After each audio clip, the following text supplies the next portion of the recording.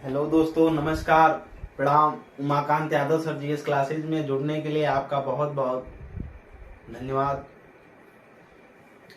पिछले समय से जो भारतीय संविधान और राज्य व्यवस्था की क्लास है नहीं चल पा रही थी। कई दिक्कतों के में होने के कारण उसकी क्लास नहीं चल पा रही थी, लेकिन अब से निरंतर उसकी क्लास चलती रहेगी। हम लोग पिछले समय में भारतीय संविधान राज्य व्यवस्था में मौलिक अधिकार को पढ़ रहे थे, जिसका उल्लेख आर्टिकल 12 से यानी अनुच्छेद 12 से लेकर के 35 तक दिया गया था। और हम लोग उसमें आर्टिकल 12 और आर्टिकल 13 को पढ़ लिया। आर्टिकल 12 में राज्य की जो परिभाषा दी गई थी उसको देखा हम लोगों ने। आर्टिकल 13 में देखा कि जो संविधान जब से लागू है, अगर कोई ऐसी भी विधि बनी हुई है जो संविधान के अधिकारों को हनन करती है तो सुप्रीम कोर्ट उसे रद्द कर सकता है या शून्य घोषित कर सकता है। फिर हम लोगों ने उसके और भी क्लाजों को पढ़ा। आर्टिकल 13 क्लाज फर्स्ट, जिसमें लिखा गया संविधान के पूर्व की विधियां, यानी संविधान अगर लागू हुआ उसके पहले की अगर कोई ऐसा कानून है या विधि है जो संविधान लागू होने के बाद उसको अगर रोकता है, उसके अधिकार को हनन पहुंचाता है, तो उसको खत्म किया जा सकता है।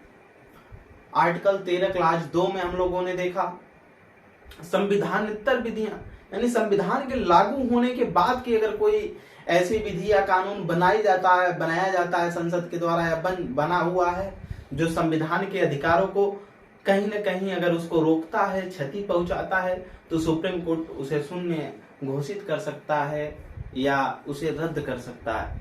अब हम लोग अधिकारों के बारे में पढ़ेंगे। तो जो हमारा संविधान लागू हुआ था तो कुल हमारे पास 7 मौलिक अधिकार थे, अब 6 हैं। पहला था समता का अधिकार, समता या समानता का अधिकार। दूसरा स्वतंत्रता का अधिकार। तीसरा शोषण के विरुद्ध अधिकार। फिर धार्मिक स्वतंत्रता का अधिकार। फिर अल्पसंख्यकों के हितों संबंधी अधिकार।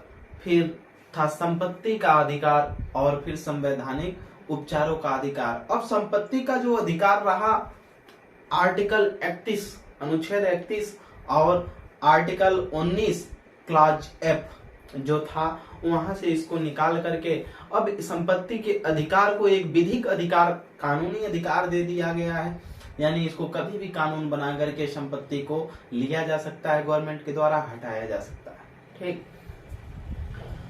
अब हमारे पास कुल 6 मौलिक अधिकार बचे हुए हैं, जिसमें हम पहले पढ़ेंगे समता या समानता का अधिकार, जो अनुच्छेद 14 से लेकर के 18 तक दिया गया है। कहां से? अनुच्छेद 14 से लेकर 18 तक समता या समानता का अधिकार। ठीक, ये जो मौलिक अधिकार है हमने बताया था, इनकी प्रवृत्ति जो है, प्रकृति जो है निषेधात्मक है। ये हर चीज को मनाही करते हैं। ठीक, तो हम लोग देखेंगे समता या समानता का मतलब है समाज में पूरे समानता के साथ सबकी बात करेगा। लेकिन इनके अपवाद भी हैं, अपवादों को भी देखेंगे जो एग्जामों में पूछ लिए जाते हैं। चलिए आगे की तरफ हम देखते हैं। अनुच्छेद 14 लिखेंगे, अनुच्छेद 14 या आर्टिकल 14, अनुच्छेद 14।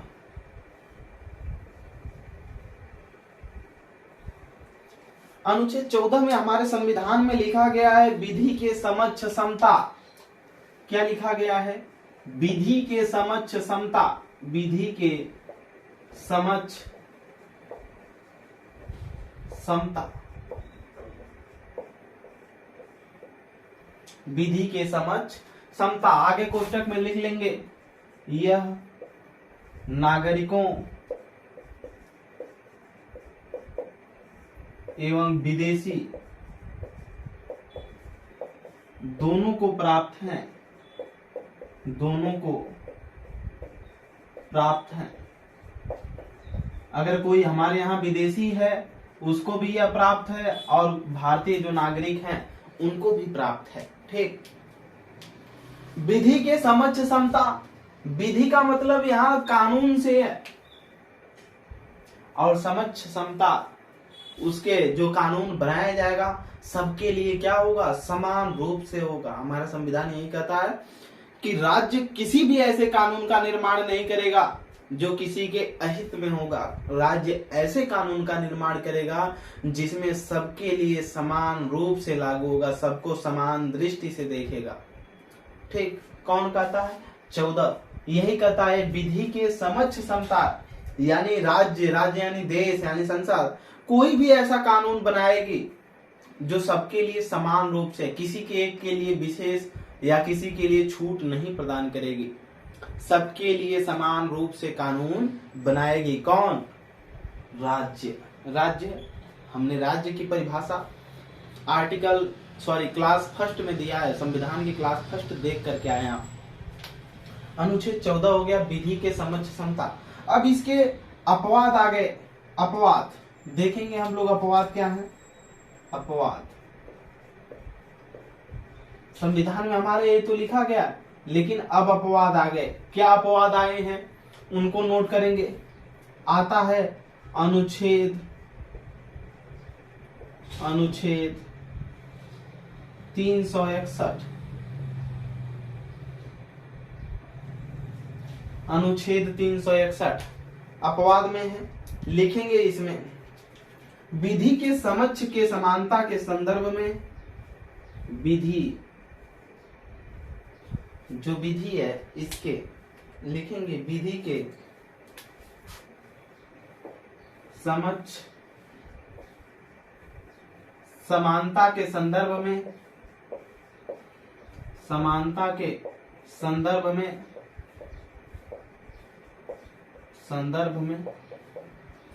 विधि के समक्ष समानता के संदर्भ में राष्ट्रपति एवं राज्यपाल राष्ट्रपति एवं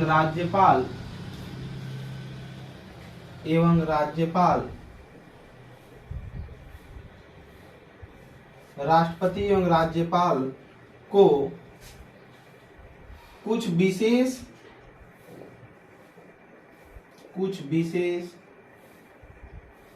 अधिकार प्रदान किए गए हैं।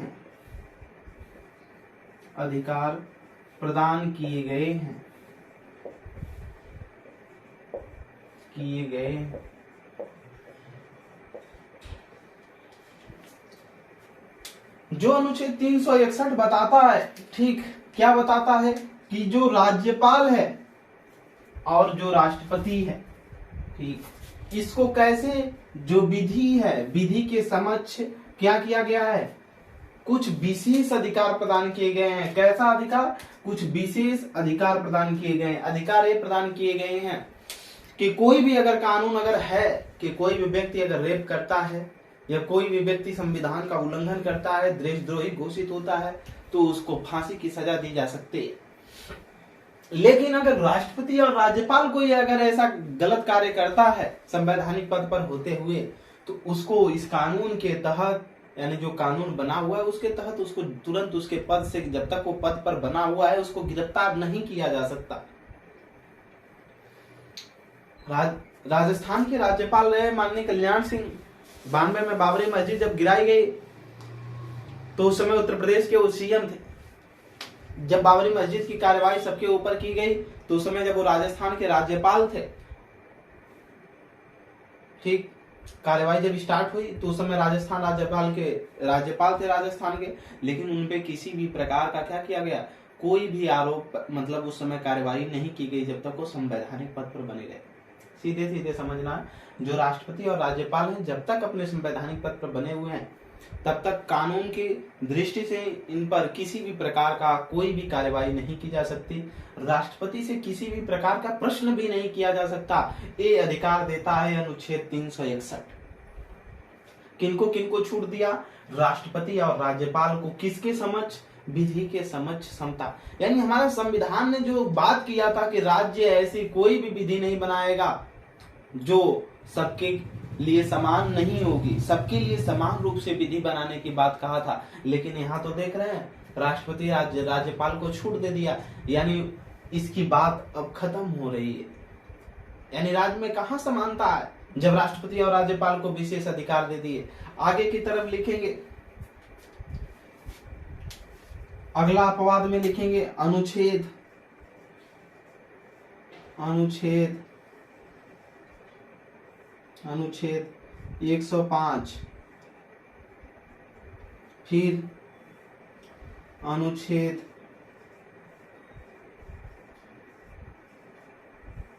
106 अनुच्छेद 194। ठीक, इसमें जो अपवाद दिए गए हैं अनुच्छेद 105 और अनुच्छेद 194, इसमें लिखेंगे संसद के सदस्य जो दोनों सदनों के सदस्य होंगे, और इसमें लिखेंगे विधानमंडल के सदस्य।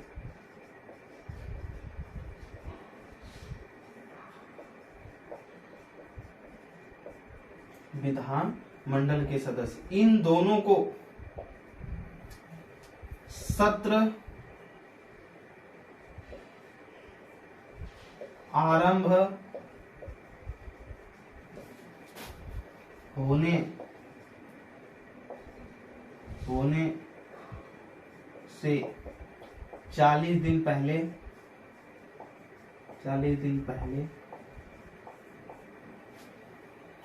और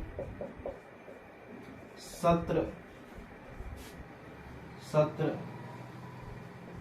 अंत होने से 40 दिन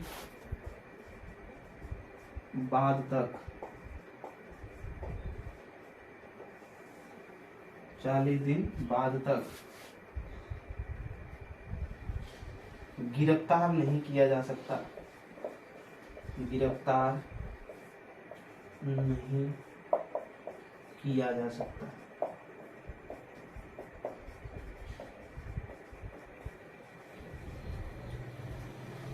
ठीक।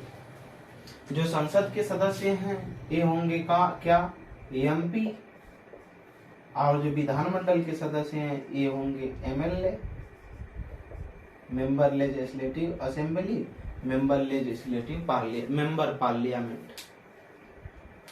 ठीक, अनुच्छेद 105 में कहा गया कि जो संसद के सदस्य हैं यानी सांसद हैं एमपी, और अनुच्छेद 194 में कहा गया जो विधानमंडल के सदस्य एमएलए यानी विधायक, ठीक, एमएलसी भी आ जाएंगे इसमें, एमपी, एमएलए, एमएलसी, ठीक, विधान परिषद के जो सदस्य हैं। सत्र आरंभ होने से, सत्र होता है 3 सत्र होते हैं सदन में, चाहे वो संसद का सदस्य हो, संसद की बात हो या विधानमंडल को, 3 सत्र होते हैं। एक बजट सत्र यानी बजट सेशन, एक मानसून सेशन होता है गर्मी वाला, और एक शीतकालीन सत्र होता है। ठीक, तो वही कहा गया कोई भी सत्र चाहे वो तीनों सत्र में से कोई भी सत्र हो, सत्र आरंभ होने से 40 दिन पहले और सत्र अंत होने के बाद 40 दिन के बाद तक उसको गिरफ्तार नहीं किया जा सकता। ठीक, उसको गिरफ्तार ही नहीं किया जाएगा, चाहे वो सांसद हो, एमपी हो, एमएलसी हो, यहाँ एमएलसी भी लिख लेंगे। ठीक, उसको गिरफ्तार नहीं किया जा सकता। क्या नहीं किया जा सकता? गिरफ्तार नहीं किया जा सकता किसी भी हालत में। यानी यहाँ सांसदों और विधायकों को भी छूट दी गई है कि सत्र अगर आरंभ हुआ या होने वाला है उसके 40 दिन पहले तक और उसके 40 दिन बाद तक सांसद पे किसी भी कार्रवाई तो होगी, लेकिन उसको गिरफ्तार नहीं किया जा सकता। ऐसा आर्टिकल 14 के अपवाद हैं ये सब। तो हम लोगों ने देखा राष्ट्रपति राज्यपाल को विशेष अधिकार है, सांसद विधायकों को अधिकार है। ठीक, तो कानून कहाँ सबके लिए समान है, इसलिए इसका उल्लंघन होता है किसका? आर्टिकल 14 का, जो कहा गया था कि राज्य कोई भी ये कानून बनाएगी तो सबके लिए समान रूप से बनाएगी, यानी विधि के समक्ष समता, यानी कोई भी कानून सबके लिए समान रूप से लागू होगा, समान रूप से बनाया जाएगा। बात समझ में आई? चलिए आगे की तरफ हम लोग देखेंगे आर्टिकल 15। कहीं भी दिक्कत परेशानी होती है आप हमको कमेंट बॉक्स में जरूर बताएं। आर्टिकल 15,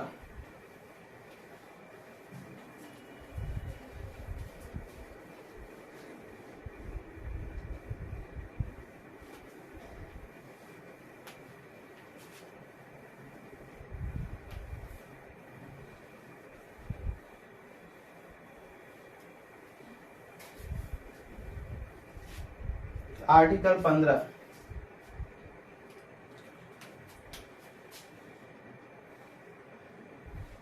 जो चीजें नहीं समझ में आती हैं आप हमसे कमेंट बॉक्स में पूछ सकते हैं। लिखेंगे इसमें धर्म जाति मूल वंश, धर्म जाति मूल वंश, लिंग, धर्म जाति मूल वंश लिंग एवं जन्म स्थान के आधार पर, एवं जन्म स्थान के आधार पर, आधार पर विभेद पर प्रतिबंध, विभेद पर प्रतिबंध,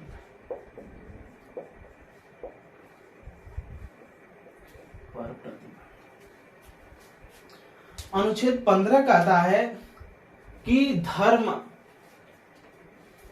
जाति मूल वंश लिंग एवं जन्म स्थान के आधार पर विभेद पर प्रतिबंध, यानी राज्य जो है किसी के भी साथ धर्म को लेकर के विभेद नहीं करेगा, यानी धर्म के साथ किसी के साथ भेदभाव नहीं होना चाहिए। धर्म को लेकर राज्य यानी देश ऐसा कोई संसद कानून नहीं बनाएगी जिसको लेकर के धर्म और किसी भी चीज को लेकर के उसके साथ भेदभाव हो, विभेद हो। जाति को लेकर के भी ऐसा नहीं करेगी। मूल वंश, उसका जन्म स्थान कहाँ से, किस वंश, मूल वंश का मतलब वो किस वंश से पैदा हुआ है, इसको भी लेकर के कोई भी किसी भी प्रकार का भेदभाव नहीं होना चाहिए। उसके साथ है उसका अधिकार है। लिंग, कौन सा लिंग है, पुरुष है, स्त्री है, न्यूटर जेंडर है, कौन सा, उसके साथ भी भेदभाव नहीं होना चाहिए। जन्म स्थान, किस स्थान पर, पहाड़ी में, तराई क्षेत्र में, जंगल में, कहाँ पैदा हुआ है, इस पे भी लेकर के किसी भी प्रकार के इस आधार पर विभेद पर क्या प्रतिबंध लगाया गया है। इस प्रकार का भेदभाव नहीं होना चाहिए। लेकिन हमारे समाज में होता है, वो इस बिरादरी का है, वो इस बिरादरी का है, वो इस धर्म का है, वो उधर का पैदा हुआ है, ऐसा विभेद चालू है। ठीक, आगे की तरफ देखेंगे। इसके जो हैं इसमें आर्टिकल अभी देखेंगे, अपवाद भी देखेंगे हम लोग, इसमें नोट करेंगे। अनुच्छेद, अभी ये अपवाद नहीं है, जब अपवाद आएगा तो हम हेडिंग डालेंगे। अनुच्छेद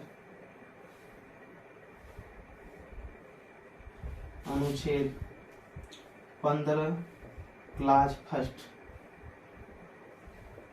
अनुच्छेद 15 क्लास फर्स्ट देखेंगे। इसमें हम लिखेंगे, हम राज्य यह आदेश देता है,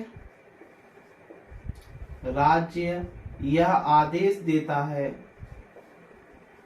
यह आदेश देता है, राज्य यह आदेश देता है। क्या राज्य यह आदेश देता है कि किसी भी नागरिक, किसी भी नागरिक के साथ, नागरिक के साथ केवल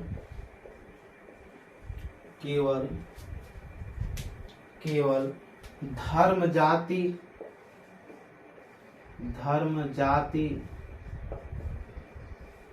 मूल वंश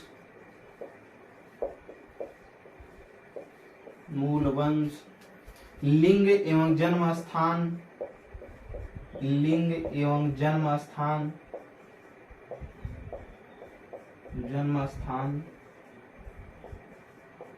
के आधार पर विभेद नहीं करेगा, विभेद नहीं करेगा।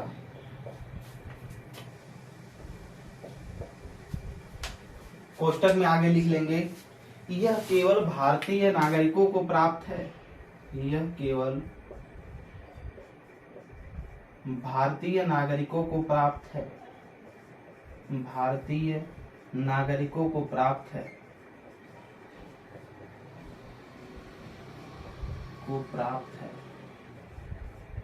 विदेशी को नहीं। ठीक, विदेशी को नहीं। इसमें कहा गया राज्य का मतलब यहाँ देश से। ठीक, राज्य यह आदेश देता है कि किसी भी नागरिक के साथ केवल किस पे, धर्म पर, जाति पर, मूल वंश और लिंग के आधार पर तथा जन्म स्थान के आधार पर क्या करेगा, विभेद नहीं करेगा।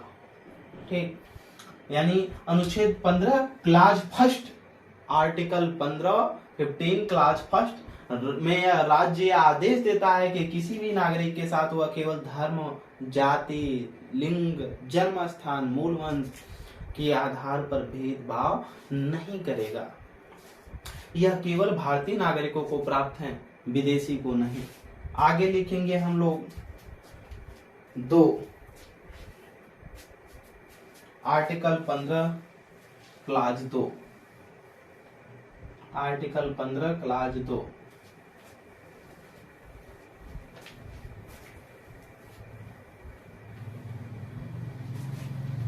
आर्टिकल 15 क्लाज 2 देखेंगे हम। आर्टिकल 15 क्लाज 2 इसमें लिखेंगे हिंदू धर्म में कुछ सुधार किए गए हैं। हिंदू धर्म में कुछ सुधार किए गए हैं, कुछ सुधार किए गए हैं,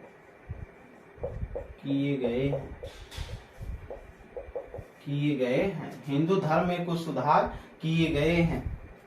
नीचे लिखेंगे सामाजिक कुरीतियों को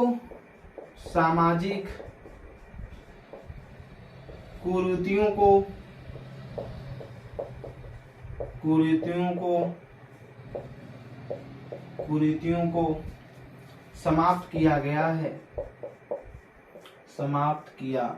गया है।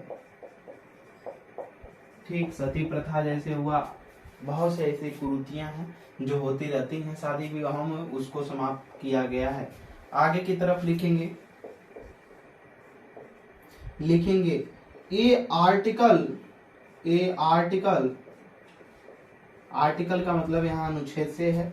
15 क्लाज 2, यह आर्टिकल 15 क्लाज 2, यह आर्टिकल 15 क्लाज 2 राज्य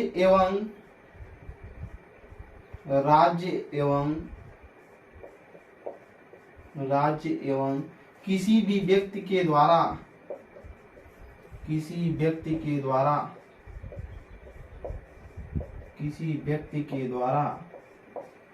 राज्य एवं किसी व्यक्ति के द्वारा शोषण किए जाने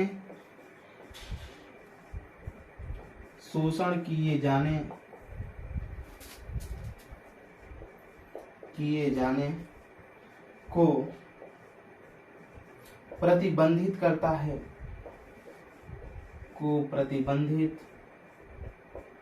करता है। ठीक, देखेंगे आर्टिकल अनुच्छेद 15 क्लाज 2 हिंदू धर्म में कुछ सुधार किए गए हैं। क्या? सामाजिक कुरीतियों को समाप्त किया गया। कुछ हिंदू धर्म में सामाजिक कुरीतियां थी, उसको समाप्त किया गया। फिर आगे ये आर्टिकल 15 क्लाज 2 राज्य एवं किसी भी व्यक्ति के द्वारा शोषण किए जाने को क्या करता है? प्रतिबंधित करता है। यानी किसी भी व्यक्ति का अगर शोषण होता है, चाहे वो धार्मिक दृष्टि से हो, सामाजिक दृष्टि से हो, ठीक, या जाति दृष्टि से हो, किसी भी जन्म स्थान की दृष्टि से हो, उसको प्रतिबंधित करता है।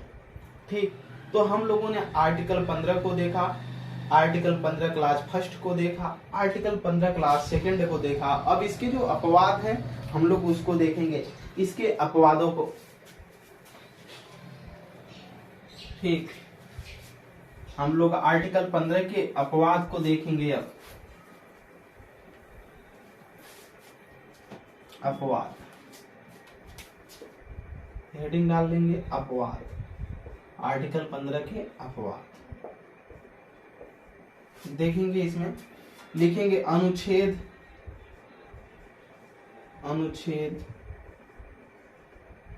15 क्लास 3, अनुच्छेद 15 क्लास 3। लिखेंगे राज्य को यह अधिकार है,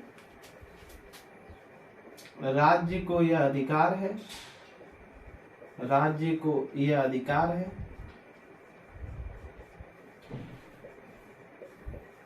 राज्य को यह अधिकार है, क्या राज्य को यह अधिकार है कि वह महिलाओं को, कि वह महिलाओं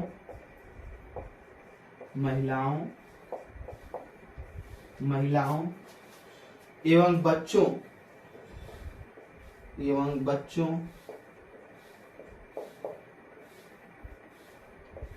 के कल्याण के लिए, ठीक, कल्याण के लिए विशेष प्रावधान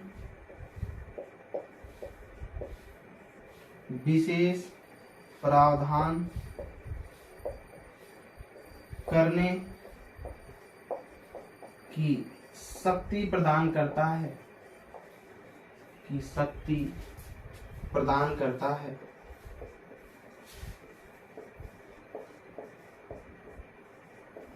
हमारा जो संविधान है राज्य को यह अधिकार देता है, यह उसको शक्ति देता है कि वह किसके लिए, यहाँ पर बताया गया है कि वह महिलाओं के लिए, किसके लिए, महिलाओं के लिए तथा जो बच्चे हैं बालक उनके लिए क्या कर सकता है, किसी भी विशेष प्रावधान उनके कल्याण के लिए, जो महिलाएं हैं जो बच्चे हैं उनके लिए क्या कर सकता है, विशेष प्रावधान करने की क्या करता है, शक्ति प्रदान करता है। अब पहले क्या कहा गया कि धर्म, जाति, मूल वंश, लिंग एवं जन्म स्थान के आधार पर किसी भी प्रकार का क्या किया जाएगा, विभेद नहीं किया जाएगा, किसके द्वारा, राज्य के द्वारा। लेकिन नीचे देखिए अपवाद में क्या कह दिया गया कि राज्य को अधिकार दिया गया है कि वह महिलाओं के लिए और बच्चों के कल्याण के लिए क्या कर सकता है, विशेष प्रावधान कर सकता है। यानी यहाँ लिंग के आधार पर पुरुष को छोड़ दिया गया, बड़े बच्चों को छोड़ दिया गया, बड़े जो है बड़े वर्ग के, यानी यहाँ लिंग के आधार पर क्या किया गया, भेद कर दिया गया। ठीक, यहाँ पर विभेद किया जा रहा है, इसलिए ये अपवाद में आ गया। बात समझ में आई। ऊपर हम लोगों ने देखा कि राज्य कोई भी ऐसा कार्य नहीं करेगा जो भेद, समाज में भेदभाव उत्पन्न करेगा, किसी भी तरीके से, धर्म की दृष्टि से, जाति की दृष्टि से, मूल वंश की दृष्टि से, लिंग की दृष्टि से, जन्म स्थान की दृष्टि से। लेकिन आर्टिकल 15 क्लास 3 जो जवाब देता है कि वह महिलाओं के लिए और बच्चों के कल्याण के लिए क्या कर सकता है, विशेष प्रावधान कर सकता है, ये अपवाद घोषित हो गया। ठीक, कोई दिक्कत यहाँ तक? चलिए, कोई दिक्कत नहीं होनी चाहिए। आगे की तरफ हम देखेंगे अगले आर्टिकल को।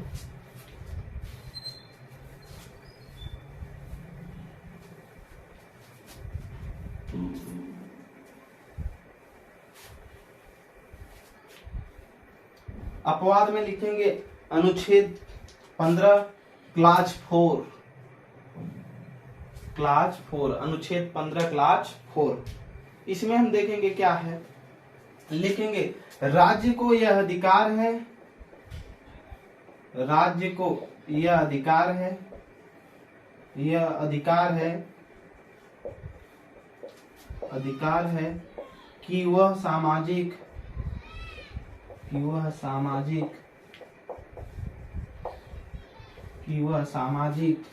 एवं आर्थिक रूप से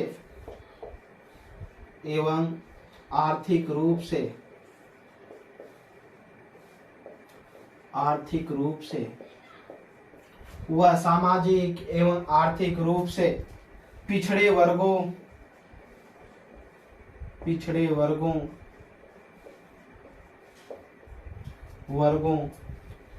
के जातियों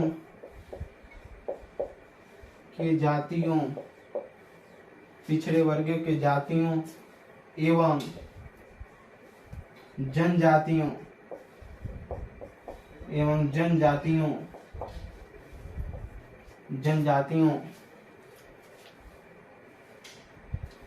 जनजातियों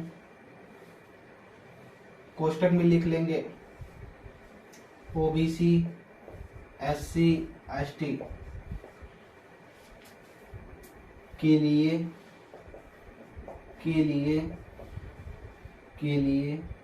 प्रावधान कर सकती है, के लिए प्रावधान कर सकती है। अनुच्छेद 15 क्लास 4 में यह कहा गया कि राज्य को यह अधिकार है कि वह सामाजिक एवं आर्थिक, यानी समाज की दृष्टि से, और आर्थिक का मतलब है यहाँ पर अर्थव्यवस्था यानी धन संबंधी गरीबी, ठीक, इस दृष्टि से, विकास की दृष्टि से, आर्थिक का मतलब विकास की दृष्टि से, समाज में उसका अच्छा स्थान न हो, पिछड़ा हो, तो पिछड़े वर्गों को, जातियों को एवं जनजातियों को, पिछड़े वर्ग के जातियों को एवं जनजातियों को यानी ओबीसी, एससी, एसटी के लिए प्रावधान कर सकती है कुछ भी, ठीक। नीचे लिख लेंगे, इसी के तहत, नोट में लिखेंगे, इसी के नीचे नोट, इसी के तहत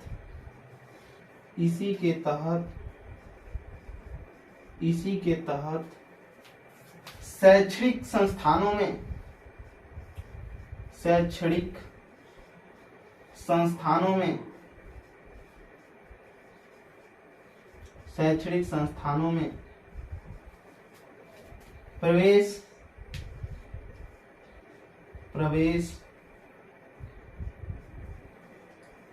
प्रवेश के समय आरक्षण का प्रावधान किया गया है।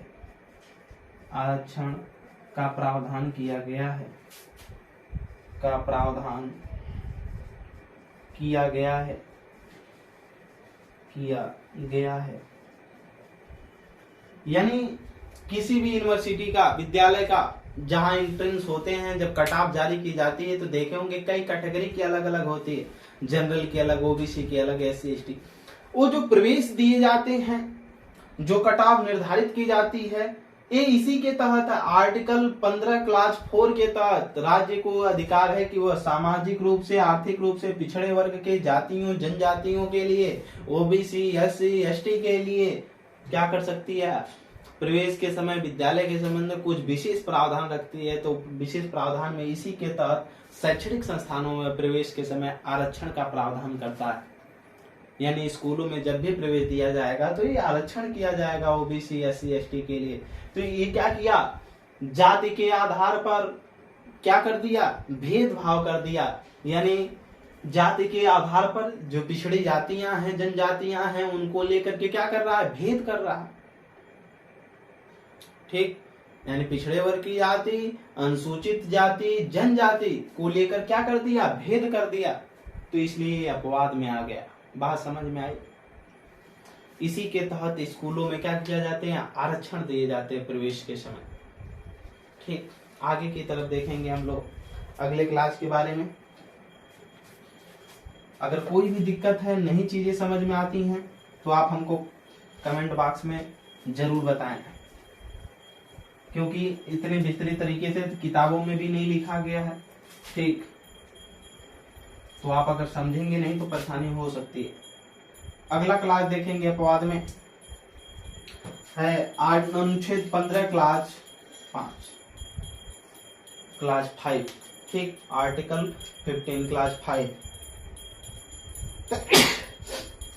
देखेंगे। इसमें यह जोड़ा गया है।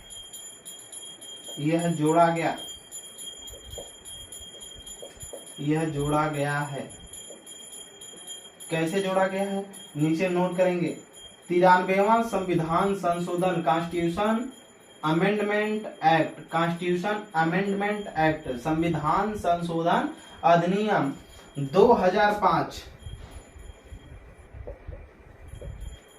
93वां संविधान संशोधन अधिनियम 2005 के द्वारा यह जोड़ा गया है। कौन, अनुच्छेद 15 में अनुच्छेद 15 क्लास 5 जोड़ा गया है। यानी अनुच्छेद 15 खंड 5 क्या किया गया है, जोड़ा गया है। क्लास का मतलब खंड होता है।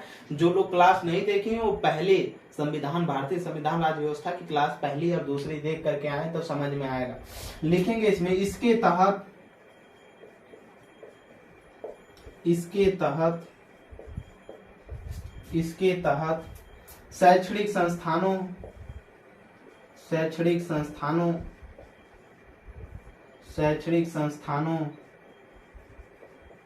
इसके तहत शैक्षणिक संस्थानों कोष्टक में लिख लेंगे सरकारी एवं प्राइवेट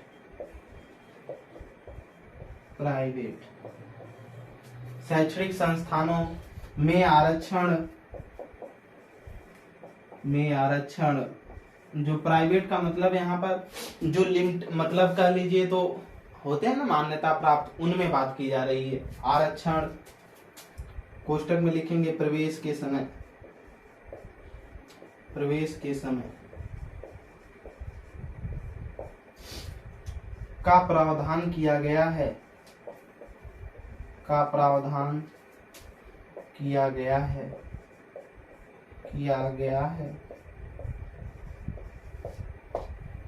इसके पहले वाले में हम लोगों ने देखा भी कि जो पिछड़े वर्ग की जातियां हैं, जनजाति है, अनुसूचित जाति है यानी ओबीसी, एससी, एसटी है, केवल गवर्नमेंट स्कूल में इसमें कहा गया कि सरकारी और प्राइवेट यानी जो लिमिटेड मान्यता भारत सरकार द्वारा मतलब मान्यता प्राप्त है, ठीक, उनमें भी आरक्षण प्रवेश के समय का क्या किया गया है, प्रावधान किया गया है। किनके लिए नीचे नोट कर लेंगे, ओबीसी, एससी, एसटी,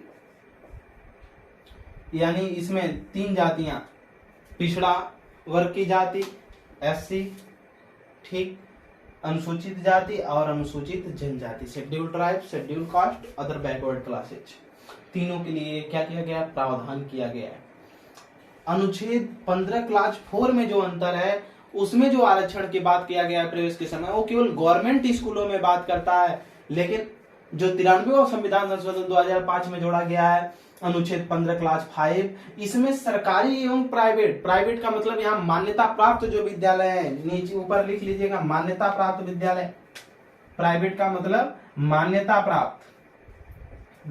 प्राप्त स्कूल, इनमें जो आरक्षण की बात की गई है। ठीक, यहां तक समझ में आया। आगे हम लोग अगली कक्षाओं में पढ़ेंगे। मेहनत से पढ़िए, कहीं भी कोई दिक्कत परेशानी होती है तो बताइए हमको कमेंट बॉक्स में, और एक दूसरे तक इसको शेयर भी करिए, और चैनल को ज़्यादा से ज़्यादा एक दूसरे से सब्सक्राइब करवाने का प्रयास करें। आज के लिए इतना ही। उमाकांत यादव सर जी इस क्लासेज में जुड़ने के लिए आपका बहुत बहुत धन्यवाद।